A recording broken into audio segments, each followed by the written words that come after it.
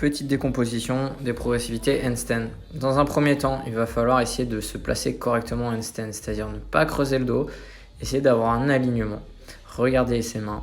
Et puis, on va tenter de décoller une jambe, contracter fort la cuisse et puis recréer un petit hollow.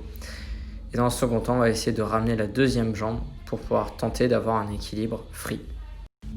Il va être intéressant de jouer avec ses mains, c'est-à-dire de créer des genres de griffes pour pouvoir réguler son équilibre. Toujours dans les mêmes progressivités, essayer de tenir et réguler avec ses mains.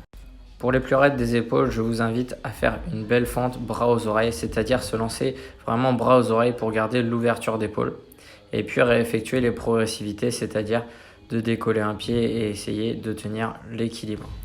Lorsqu'on maîtrise un petit peu tout ça, on va chercher à décoller ses appuis pour essayer de faire une marche sur place qui nous permet de sentir le déplacement du centre de gravité. Dans un second temps, on va pouvoir essayer de toucher ses épaules. Attention, on peut vite décoller du mur.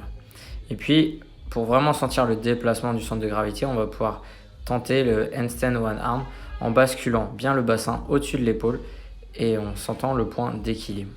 Il faudra bien sûr l'effectuer avec le bras droit et avec le bras gauche. Et je vous invite pour démarrer à écarter les pieds pour avoir une plus grande emprise au mur et sentir le point d'équilibre. Lorsqu'on maîtrise toutes ces étapes, on peut commencer à marcher avec un pareur.